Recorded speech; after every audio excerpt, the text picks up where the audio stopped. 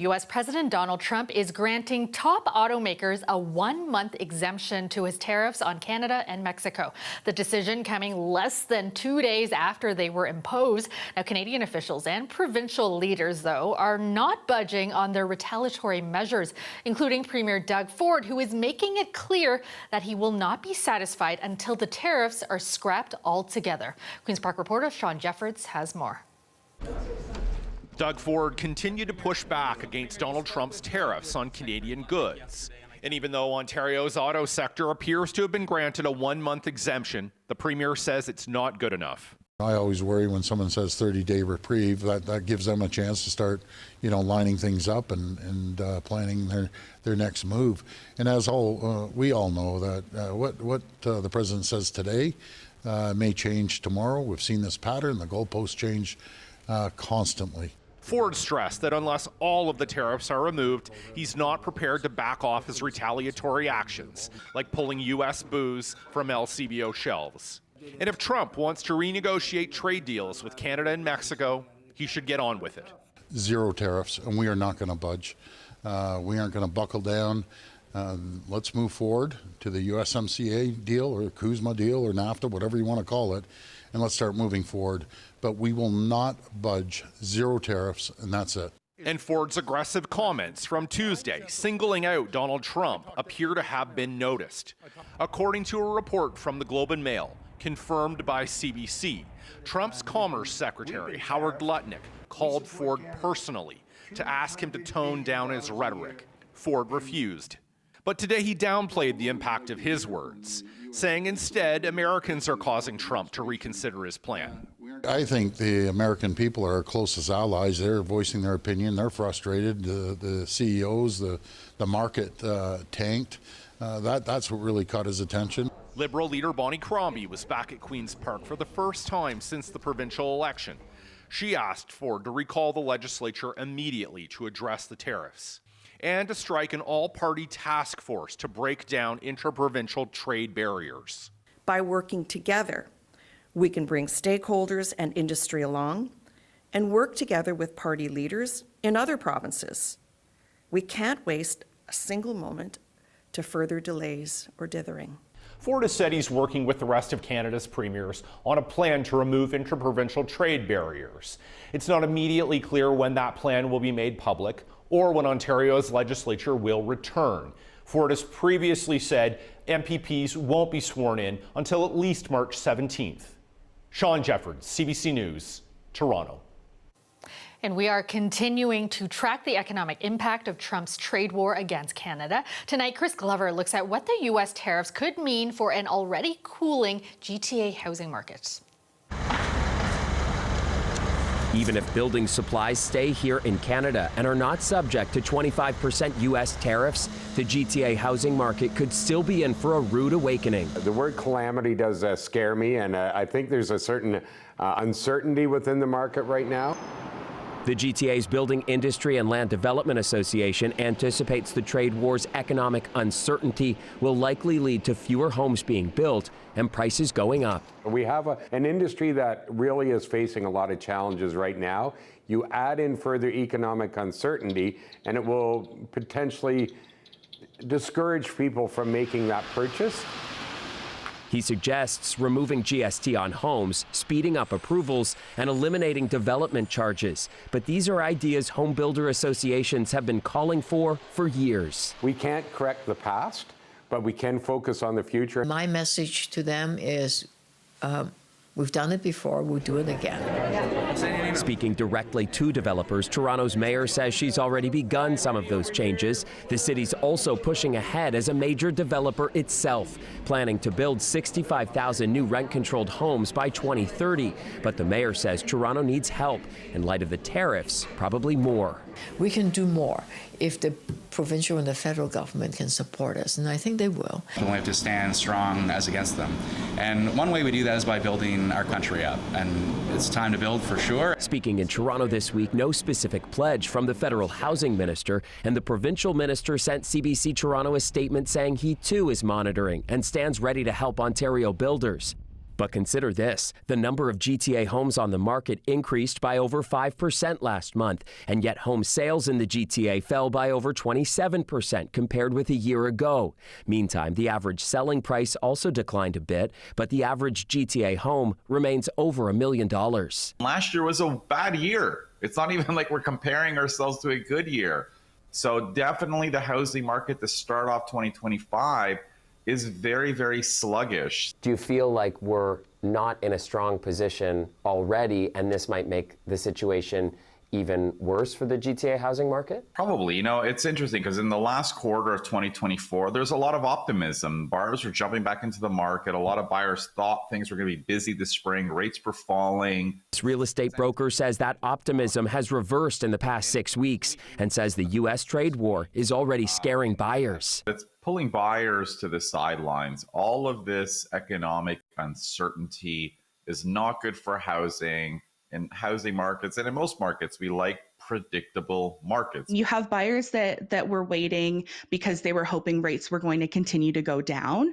And now you have buyers that are like, oh, I don't know how these tariffs are going to impact this overall. And so they're waiting too. So you have Realtor Jesse McClellan says the real X factor is how long the economic unknowns persist. Everything is really up in the air. I think the largest kind of missing piece of this right now is how long these will be in effect for. Because even if new homes continue to be created, until buyers feel they have predictability, home prices likely won't stabilize here or anywhere in Canada. Chris Glover, CBC News, Toronto. Centennial College is relocating programs from its campus off of the Danforth to Scarborough, merging the two campuses. The school says it needs to find ways to sustain itself as it grapples with dwindling enrollment following the federal government's cap on international students. Dale Manukduk has this story. Nestled in Toronto's East End is Centennial College's Story Arts Centre, a 104,000 square foot campus housing communications, media, and art and design programs. It would be safe to say it's an art school for us.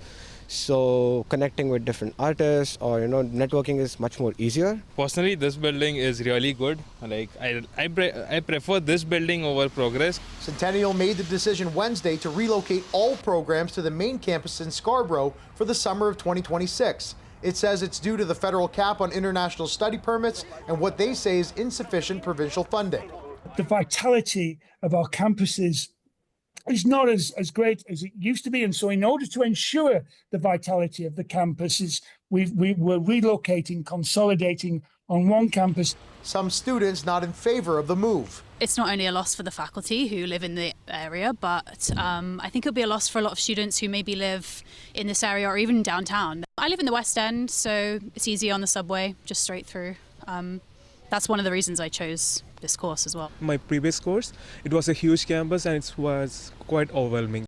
An internal letter from the college's president to staff obtained by CBC Toronto reveals some troubling statistics, that only 40% of available space at Story Arts Centre is in active use, and that the school anticipates a 43% drop in new enrollments across the institution and a 53% drop in enrollment at the Story Arts Centre. No decision has been made about the actual campus itself. And when we do make a decision, we'll make a decision in the best interests of what I call a gem of an institution that will, whatever decision is made, will ensure its sustainability. The college is concerned about its long-term sustainability. In January, it decided to suspend 49 programs. Other colleges have also shut down campuses or hit the pause on certain courses. A spokesperson for Ontario's Ministry of Colleges and Universities says as part of the plan to protect Ontario, the government is providing the sector with $500 million for STEM and skilled trades programs. That's in addition to the $1.3 billion invested last year to stabilize the sector. Dale Manukduk, CBC News, Toronto. City workers are edging closer to a possible strike. Their union has to agree to a deal with the city by midnight on Sunday. Now, if they don't, March break plans for many families in Toronto could be on the rocks. Lane Harrison reports. We are regular working people just like you, trying to live and raise our families in Toronto. We don't want to strike. A warning from a union in the final days of negotiations with the city, saying without a new deal by midnight Sunday, thousands of Toronto's workers will be off the job Monday. We are asking for wages and salaries that meet the demands of our workers and that start, not make up for, but start to be responsive to the rising cost of living, inflation, and everything that we have had to endure to arrive at a point where our workers cannot afford to put food on the table. The union, CUPE Local 79, represents around 30,000 workers, including court services, 311, and shelter staff, plus recreation workers and staff at city-run childcare centers. That means if a deal isn't reached by midnight Sunday, March break camps will be canceled, impacting 4,600 kids. I think Sunday at midnight becomes really problematic. That means you got to stay up very late at night to understand if your childcare center will be in operation on Monday, let alone the March break camps. If there is a labor disruption, the city will refund payments for those camps and not charge for childcare spots. There are other services that would be impacted in the case of a work stoppage. That is where you may see differing levels of service. For instance, some of our facilities might not be open for the same hours they normally are. Not all of our counter services may be operating because we have staff that do that. There are some permitting things and things in bylaw enforcement, for instance, that might be adjusted. But he says there are plans to ensure shelter services aren't impacted. And when it comes to CUPE's financial demands, he says the city is offering a wage increase above inflation and responding to key concerns. It starts with eliminating minimum wage for all workers. And we have now tabled that as part of our negotiations. The union will be reviewing and responding to the city's so-called final offer. Lane Harrison, CBC News, Toronto. Several townhomes in the city's Yorkville neighborhood were destroyed by a fire overnight. Thankfully, no one was injured. Greg Ross has the latest. Cell phone video shows the massive blaze that erupted just after 4 o'clock this morning in a row of townhomes on Scollard Street near Bay and Davenport. When fire crews arrived, they attempted to contain the fire. There was approximately 6 new buildings under construction that were fully involved. As a result, it spread to buildings adjacent to that. According to fire officials, several of the townhomes were completely destroyed. These are older buildings. A lot of these are century homes that have been renovated into businesses. And with that, they've got there's voids with new construction, and the fire gets trapped in some of those voids, and we can't hit it from the exterior because it's become a defensive firefight. This man lives just a few blocks away. He saw the fire out his window this morning. It spread very quickly. You could see the flames, huge clouds of gray smoke. He says it was a very active fire before crews were able to get it under control. These fireballs, about 5 or 6 of them I saw, went up in the air. So something must have been exploding, or there must have been something very inflammable. The heat from this fire was so intense that it caused damage to buildings on the other side of the street. The radiant heat melted and broke windows across the street, as well as did some damage to the cars in front of the buildings. The city has confirmed that all of the homes that were destroyed were heritage buildings. City records show that multiple permits had been filed to renovate these homes, and according to those permits, they were being converted into business space. They spent like whole year doing the renovation, and I mean, it's a very nice building. It's just a shame to be burned down. At this point, it's not clear how the fire started. The Ontario Fire Marshal has been called in to investigate. Greg Ross, CBC News, Toronto. Welcome back. Former Canadian Olympian turned fugitive Ryan Wedding is alive and well and actively trafficking drugs, according to U.S. authorities. The revelation came in a letter from U.S. prosecutors filed as evidence in Superior Court in Toronto. It warns against granting bail to Gurpreet Singh, one of Wedding's alleged accomplices. Now, prosecutors say that since Wedding continues to traffic drugs in hiding, he should, quote, not be granted access to an additional loyalist. Wedding competed for Canada at the 2002 Olympics. He's facing charges in the U.S. related to 3 murders, a cocaine trafficking conspiracy, and for leading a criminal enterprise. Authorities believe Wedding is hiding in Mexico or somewhere in Latin America. A total of 3 people have been hospitalized in 2 shootings, both incidents involving tow trucks. Clara Pasica has the latest. It was a shocking overnight shift for workers who work at this gas station on Lawrence Avenue East. A man was shot here at around 11:20 last night. One worker that we're speaking to saying that he was just meters away when it all unfolded. We heard a huge noise, like an exhaust from car. When we look outside, a guy, he's hoping and screaming, crying loudly that he got shot. And then suddenly we went outside and giving him some help. The worker also saying that the victim was a regular here. Police saying that a man in his 20s who drove a tow truck was taken to hospital in serious but non-life-threatening condition. They haven't released any description of the suspect vehicle or any description of the suspects. It also isn't the only violent incident linked to the tow truck industry that happened last night, though police say it's too early to say whether two incidents are related. Another incident happened about an hour earlier in the West End. Two men, one in his 50s and one in his 20s, were shot at a tow yard near Weston and St. Clair Avenue West, where police send impounded vehicles. Police say the older man is in life-threatening condition. Police have not given any suspect descriptions for that investigation either. They're appealing to any witnesses or anyone with related video footage of either incident to come forward. Now, this is the latest in a long string of violent incidents related to the towing industry in the city. Earlier this year, police formed Project Dodger, a task force to look at ongoing violence in the city related to territorial towing disputes. Clara Pasica, CBC News, Toronto. It is Fraud Prevention Month, and Toronto police are raising awareness on how pervasive it is and reminding people to report any cases to police as they look to crack down on global fraud rings. Alicia Song has more on which scams are on the rise. In 2024, the Toronto Police Service received just under 17,000 fraud reports, with losses exceeding $368 million.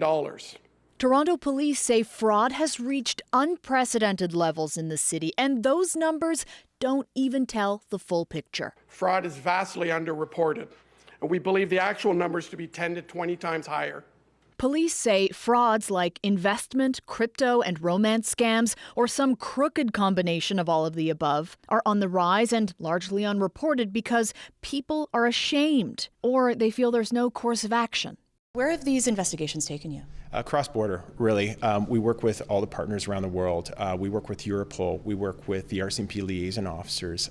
We had the case with Toronto where we work with the Nigerian authorities. That was a costly romance scam Detective John Ammett and the OPP's anti-racket squad investigated. We were able to recover $225,000 for a Toronto victim that sent money over to Nigeria. So we work hard to try and get those successes. And if it's crypto, it's especially hard to get your money back. If the fraudsters are really sophisticated and really complex, there are many ways in which they can hide that money, move it around, and again, they're not here. If somebody is a victim of the crime, it is really paramount to report it to police. Report it to us, report it to the Canadian Anti-Fraud Centre, because that's how we gather the tools to fight back. If we don't know what's happening, if we don't see the trends, then there's nothing we can do. We may not have a successful conclusion to each individual report, but if we get a number of them and we recognize that something is happening, we can get the word out. It also gives police a better chance of tracking down the fraudsters. Alicia Song, CBC News, Toronto.